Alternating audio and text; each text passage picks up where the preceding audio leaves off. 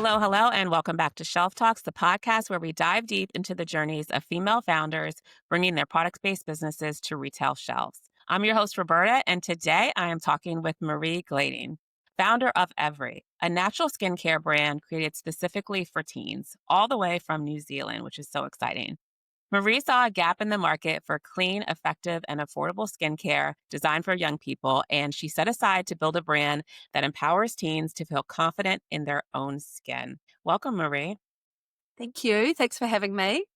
Now, if I speak too fast, please say I have a very strong accent. I'll say slow down. Repeat slow yourself. down. No. The people can't understand you. Yeah. I think you're very clear. So, what was life like before even thinking about starting Evre? Yeah, so I'm actually a serial entrepreneur. This is my second business. I had a business prior to this, which was a bakery, FMCG, CPG business. And we were sold in all the supermarkets in New Zealand, Asia, Australia, China. We made pies, like savory pies and sweet pies. We made pastry, sausage rolls, and we also made biscuits, which you call cookies. So I scaled that, myself and my business partner scaled that business and sold it.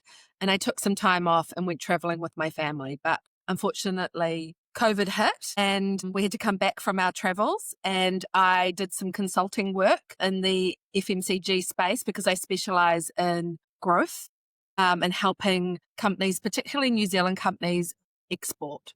So that's really what I was doing prior to discovering Evre. So you were already an entrepreneur even prior to that. Yes.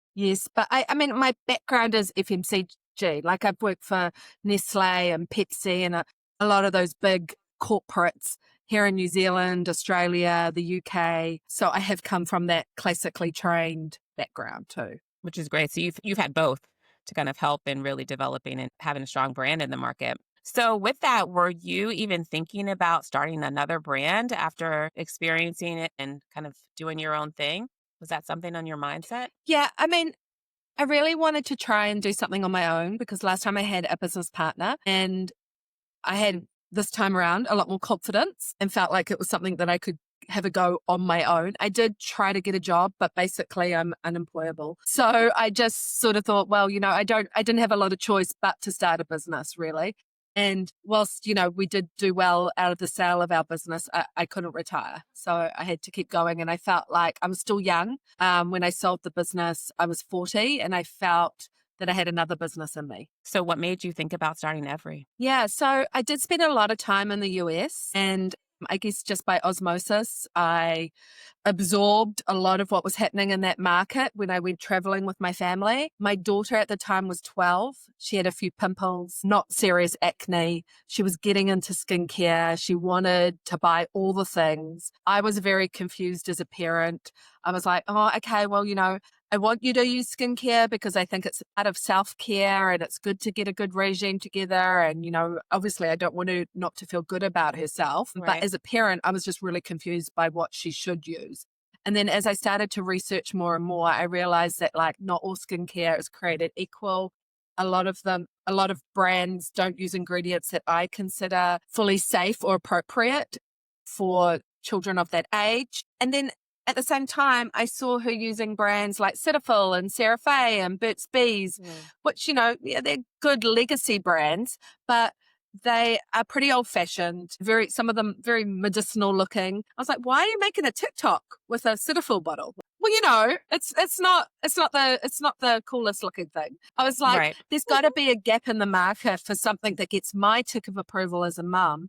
And I'm happy that I know that everything in there is safe and I can trust it and it's made for her age and stage of life. But equally, it looks cute, that she loves it, that it's a beautiful sensory experience. It's something that she can put on her shelf in her bedroom on display or make TikToks with or want to gift it to her friends. And that's really where it all came about. So I enlisted the help of some expert labs and developed a range that was formulated for young skin to be endocrine disruptor free, 100% natural. Even our preservative system is natural, completely clean ingredients. First of all, that's pretty amazing. Coming from bakery to now coming into skincare, how did you even know what type of range of assortment to even kind of go after? Yeah, I mean, I'm also a huge consumer of beauty care products myself. Like I love beauty care. 25 years ago, I did work on a natural range of beauty care. It was a long time ago. So I was familiar with the category. But what I do like about skincare is that there's a lot of really great contract manufacturers out there, lots of people around to help you. Don't need specific kit or equipment that you need to buy. So I knew there was that ability to really scale and to get the product made. So how long did it take for you initially getting somebody to help create that to actually getting final product? Yeah. I mean, it took about a year and a half. It's probably an average kind of time, a bit slower because it was COVID. In New Zealand, we had a hard lockdown. Like everyone was working from home. I couldn't even go and visit the factory or the lab. So that made things a little bit more challenging. But yeah, about a year. So then you got samples sent to your home, and then was it kind of testing on yourself and your Yeah, daughter? lots of testing, dropping it off to people, getting people's feedback. And I think one thing that's also really great about New Zealand in general is it's a good test market. So we have about 5 million people. We're very Western culture, so very similar to the US in a lot of ways. I saw some stats recently. It was like the top 10 most wanted Christmas presents by teens. I think number 2 was a Stussy jumper. And what do you know? My daughter asked for a Stussy jumper. So like we're very much similar around what teens and tweens want because they're all consuming the same social media. So Mm. I knew that if I could make something here that appealed to a New Zealand teen, then the chances were that it would work well in the US. Yeah. And I think it's proper time too, because I feel like that was also the moment in which we saw lots of articles around teens using adult skincare and having real challenges because Yeah. it's really not right for their skin that's still in those early developmental stages. Oh, yeah. So I think my timing has been great. And there's been 2 things that have driven that. The first is, I foresaw something 4 years ago when my daughter was 12, where I was like, what? Why are you suddenly just wanting all this skincare? And then I think 2.5 years later, the whole Sephora Kids thing blew up. The other thing that I saw was I was developing the product range during the pandemic, and we are a mission-led business. We support youth Mhm. mental health and wellness. And I don't think for a minute a moisturizer is going to solve all your mental health issues. But I do think that skincare as a brand, is a great platform to start talking about mental health and wellness. And we have an epidemic globally around youth suicide rates and anxiety. And it is driven by what happened in the pandemic. It's driven by social media. It's driven by teens and tweens having more language and awareness around their emotions and feelings. But I guess like developing the range during the pandemic and just seeing how horrific it was for that generation, like 2 to 3 years of my life, terrible. 2 to 3 years in a teen's life, it is their main teen years and they're stuck at home with their parents. And it really prompted me to want to develop a brand that helped educate and provide tools for both teens and parents to improve their mental health and wellness. Yeah. I mean, self-care is definitely connected to that. When you use things that make you feel good on the outside, it definitely is connected to the inside. And I think too, like utilizing the brand in a skincare brand in that manner then allows for conversation around that. Like the product then draws in people to kind of have conversation around mental health and Yeah, makes them feel a little bit more comfortable. definitely. And like we're really focused on the emotional side of skincare as much as the actual routine side. So going back to when you were passing out those samples to your friends and everything, what was early feedback? Yeah, the early feedback was these products are great. They work really well. They smell beautiful. It was very, very encouraging. I launched online to start off with. I did want to go into a retail store, but the factory was only working at like 25% capacity. And of course, we're prioritizing their current clients, not new clients over me. So I couldn't really go to any retailers because I couldn't say, yeah, we're going to be launching May. Do you want to take us? Because it was a bit Yeah. touch and go when I'd actually produce. So we launched online first, and then within being out for about 4 months, I went nationwide in New Zealand's largest department store called Farmers, which is a little bit like Macy's, sort of mid-range department store. It has the beauty counters like the Estee Lauders and the clinics, etc., but also has the more independent beauty sections. And we did really well. We had, within a few months, 2 products in the top 20. I knew that I was like onto something. Yeah. So how did you even get into those? Just cold calling, Oh, really? basically. Yeah. Just emailing and just cold calling. That was how I got into farmers in New Zealand. What was your pitch? What do you think was the messaging that you relayed via email that got buyers to take notice? Well, I think like in New Zealand, I do have some credibility around developing brands and growing them. So that might have helped. At the end of the day, showing my online sales and how they were doing. And then also just really talking to the opportunity to bring new people into the store. And we know that 49% of the growth in skincare, well, in the US, is being driven by teens. And if you want to be a retailer that is actually providing for everyone in the family, you need to have a tween and teen range.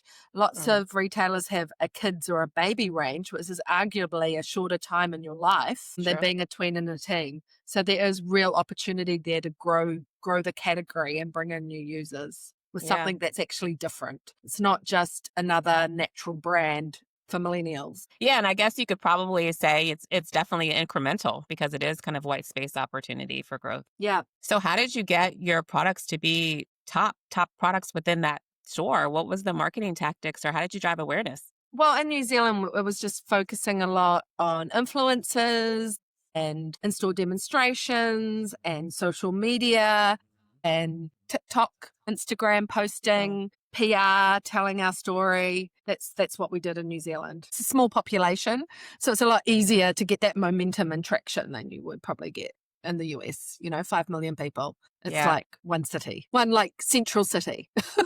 Not even. What made you think about coming to the United States and looking to build your brand here? Yeah, well, in New Zealand, it's still quite a niche brand. And I think like when you have a small population, you have to really rely on, as a retailer, like more mass brands that have the money to invest and that are going to really drive sales for you. So it's quite difficult when you have a niche brand with a niche target in New Zealand to do well. Like you're never going to have enough turnover to really scale. And so I knew that from day one, that I would have to export, and I wanted to export. I just felt that the brand would work the best in the US. You have a really strong naturals market. You have a consumer base that's prepared to spend more money on products that are going to do more. Like, yes, America is affected by the cost of living crisis like everywhere else in the world. But I think what you're seeing in America is that the rich are getting richer, basically. And there's still a whole heap of wealthy middle-class people. And they are prepared to spend more money on better products. And they also really understand the importance of like natural, clean products, and other markets in the world don't. And you have that big mass retailer in the US that you don't tend to get in other markets. You have your natural grocery, you've got your big box retailers like Walmart and Target, and you just don't have that type of retailer in every market in the world. And I also felt like our proposition was just very appealing to the American consumer, where mums are confused about what to buy. They're looking for natural, clean solutions. And like our packaging is cute and it's fun and it appeals to an American teen. Yeah. How did you develop that packaging? Just with my daughter, I'm really into design, and I have a packaging designer, of course, that I work with, but it's just like I really believe that you should invest in your packaging because it's your billboard. If you don't spend any money on marketing, like that's what should scream out on shelf. Yeah. And really just working through like what would give us a point of difference and make us look different. And then balancing that against like not over capitalizing when it comes to your packaging either. Like you need to make sure that you can still have a cost effective price. Yeah. Especially when you get into retail. Mm. So then as you kind of had your eye on the US market, just to be, like you said, even different from New Zealand, what were those first steps in understanding the landscape and what retailers you would be kind of eyeing and looking at? Yeah. So I had spent a bit of time in the States, especially just before the pandemic. And I was like, I wasn't really living there, but, I spent 6 weeks in New York and I spent quite a lot of time in California. And, I was shopping like I was living there. So I did get to understand the different retailers and what roles that they played. And I did do quite a lot of market visits and I attended some trade shows and started to make retailer connections. What trade shows? So I went to Beauty Independent. I went to two of their trade shows. I think they're called Up Next now, and Oh, they tend to be a little bit smaller and more boutique. Sometimes you sort of go, oh my gosh, this costs so much money, especially for us having to fly over, and we're spending New Zealand dollars, which is very, very weak against the US. And you're like, oh, I hope this is worth it. But it only takes one customer really to yeah. make it worth it. I also really believe in the power of like networking and connections. And I don't believe in reinventing the wheel. So I do a lot of like, how did they do it? How did that work for them? What did they do? And learning from others and learning from my peers and copying what they did and the path that they took. So, for me, it was like, oh, that person just got into that retail chain. Why did you do that? Oh, I've got a great broker. So then I'm like, Mm. I'll just go talk to your broker. So that's kind of what I did really. How did you find those connections? I mean, New Zealand's really great from the point of view that we have a small community of exporters. Our government are really strong in supporting us to export because we have to as a nation if we're going to survive because our population's so small. So just working with we call it New Zealand Trade and Enterprise, but working with them around connections and people that I can talk to, looking at other brands, reaching out to them and saying, hey, I love what you're doing. Who did you use to help you get into Target or whatever? Or trying to get an introduction, meeting people at the trade shows. Like sometimes I think, yes, you want to be there ultimately to meet a retailer, but also like I've made some really amazing brand owner friends as a result of being at Mm. trade shows. Help each other, like I really believe in like abundant thinking. Like you can't be covetous in anything that you do. And there's enough for all of us. So I think by helping each other, someone might help me with something, I'll equally help them with something. So, Yeah. What have you found has been the biggest difference with getting into retail in the US market versus New Zealand? well, I mean, it's no contest really. Like in the US, I probably get myself in trouble, but in the US, buyers tend to be a lot more smarter, a lot better understanding of their category, a lot more strategic, willing to they really understand their consumer. They're willing to invest and bet on a brand and they're willing to drive innovation. And like when I had a corporate job, what did we do every year? Well, we went up to the States, we went to Whole Foods and took inspiration from other brands Mm, that were out there. And that's great for our market, but it's not great if you then want to take it into the US because it's just a copy. And yeah. so there's a reason the US leads innovation. They are the ones, even when you talk to buyers in the UK, they're like going, oh, you're in that retailer.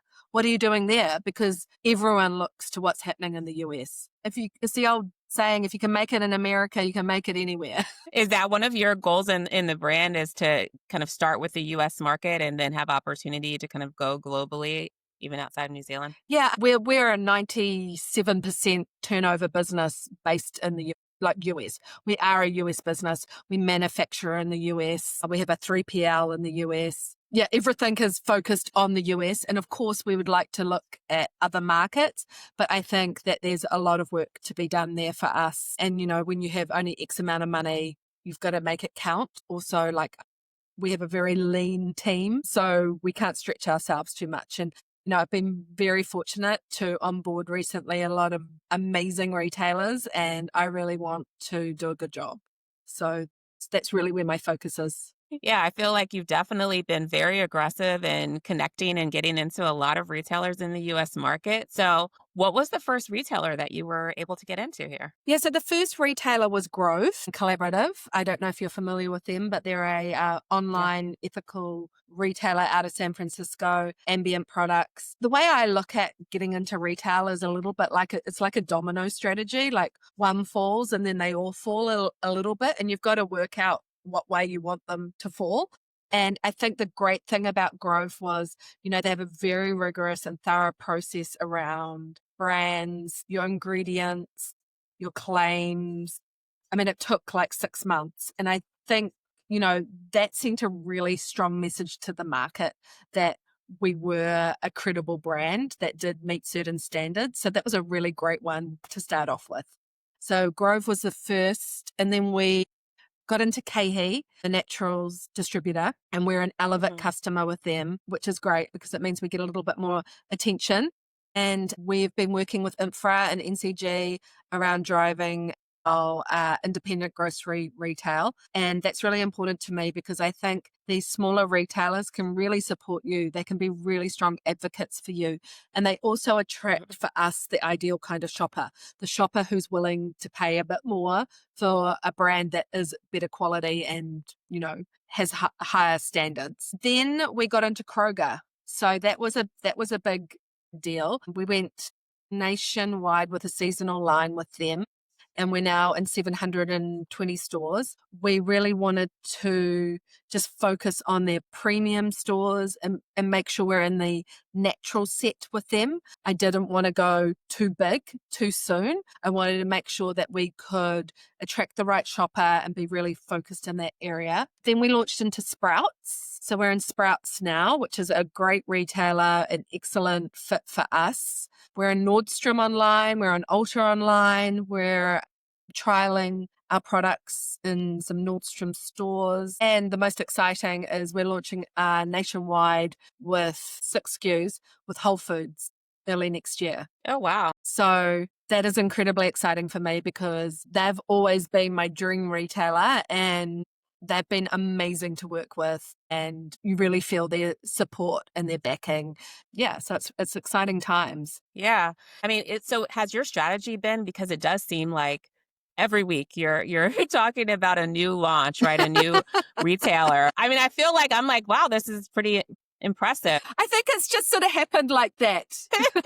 Was your strategy to kind of go wide fast in that manner and try to just, get as many retailers in regards to the breadth of the brand? Our strategy has always been like, let's get the early adopters and be in the natural market. Let's be where mum is shopping. And that's just the way it's fallen, basically. I think it's quite hard to go into like a Target or an Ulta or a Sephora off the back, really, unless you've got some serious kind of backing or something to prove to them, or a huge D2C business, or maybe you're massive in another market in the world. Or whatever. But for us, this is like the right strategy for the brand. We want to be where like-minded brands are, like Acure and Trilogy and Pacifica and Coco Kind. But we're different to them, even though we're like-minded, I guess, ethically and ingredients-wise, but we're different because we are targeting the teens. So I've been very much like I said, I don't believe in reinventing the wheel. I'm just like, where are they? That's where we should be. Mm-hmm. Yeah. So with the brand being so new to the market and being in so many retailers, what are the ways in which you're activating awareness and driving new consumers? Yeah, so that's our huge challenge now. So I don't have New Year goals. I have like word of the year. And this year it's been about growth, and next year it's about community and building community. And it's super important that we do that. So we're really focused on influencers. We're focused on social media. We're doing a lot of geo-targeting. We're doing a lot of activations within the cheer and dance community, and also just telling our story. Like I've got an authentic, real story. I was that mum of a tween, confused, not happy with what was out there. So having opportunities to do that to tell that story is really important. Yeah. What have you found are the best kind of marketing tactics that you feel have performed the best?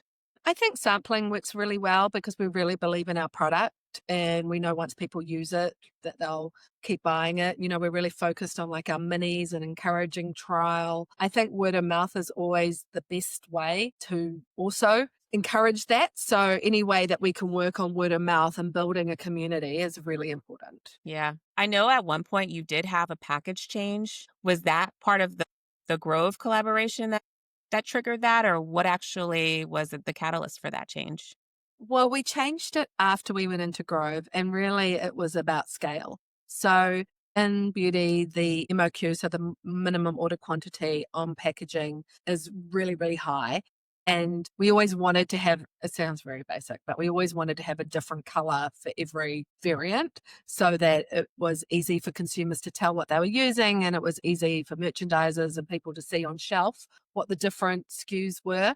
But unfortunately, we just couldn't afford to do that. So everything was in purple packaging, and we updated our packaging to make it a little bit more cleaner, easier to shop, easier to navigate, and also to tell all the SKUs apart. But really, it was just a money thing. So once we started to get that scale and started to do more sales, we could afford to do the change. Yeah. That's a great point too, I think, is that, you started where you could start, right? In regards to what that packaging looked like, and then we're able to adjust later down the line. So you don't have to have everything perfect up front. You can definitely iterate and change as you go forward. Someone said to me, you should be always embarrassed of your first packaging. I don't know, but I don't know about I wasn't embarrassed, but when I look back, I go, oh yeah, why did I do that? So you do learn a market, and like if you can do so and it not be too expensive, it's good. Yeah. So what's been the most challenging part about being on retail shelves in the US versus New Zealand, and how do you work to overcome that? Yeah, I mean, you could say, oh, well, proximity to market, but I am up there 6 times a year, and I do have a lot of great brokers and distributors and people up there and through my New Zealand Trade and Enterprise Network who can help. And I guess like America's so big, like if you have a chain in Seattle and you live in Miami, you're probably getting there as often as I am anyway. So I think the thing is like, you can't even compare New Zealand and America. Like we don't have line fees, we don't have free fill. The cost to do business over in the US is so much higher, and you really have to make sure you've got the cash to fund that. But the rewards are so much bigger too. Yeah. So it's worth it. Yeah, it is. 100%. Yeah.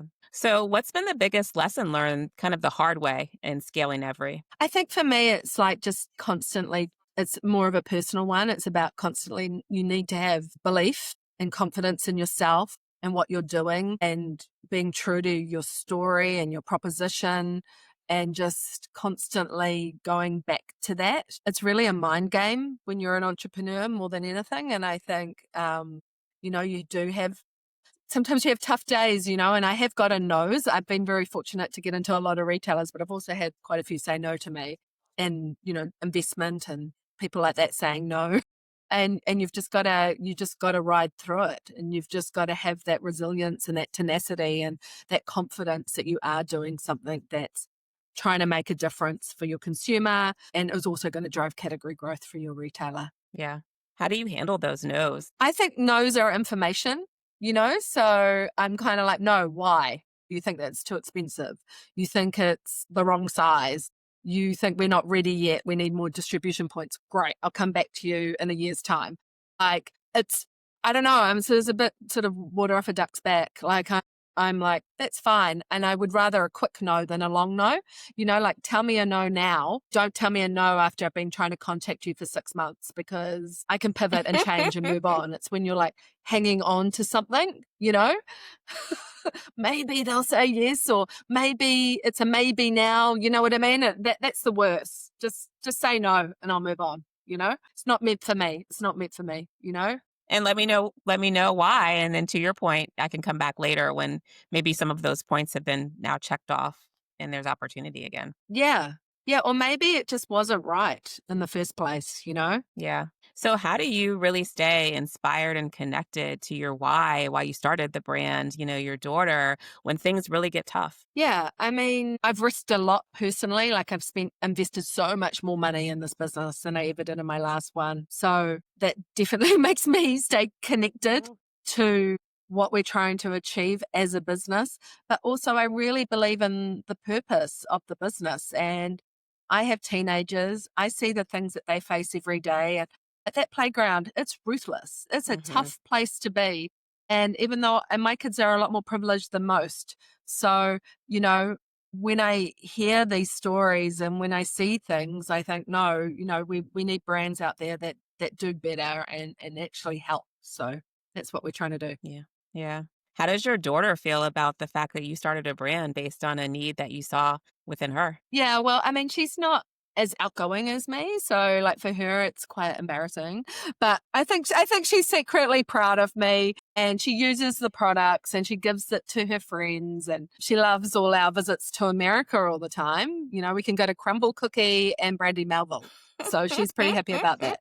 So what are you envisioning for the brand? What are you most excited about when it comes to the balance of this year and going into 26? Yeah, I'm just excited about like getting our product to more people, and I'm excited to build that community that I talked about and help more people too through our brand. Yeah, I'm really excited. I love doing business with the US.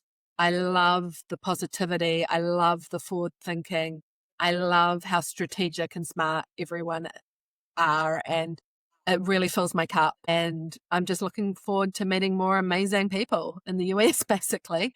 So if you could let all of our listeners know how to follow you, support you, and of course, most importantly, buy Every. Yes, yes, so every, we're on all the social media.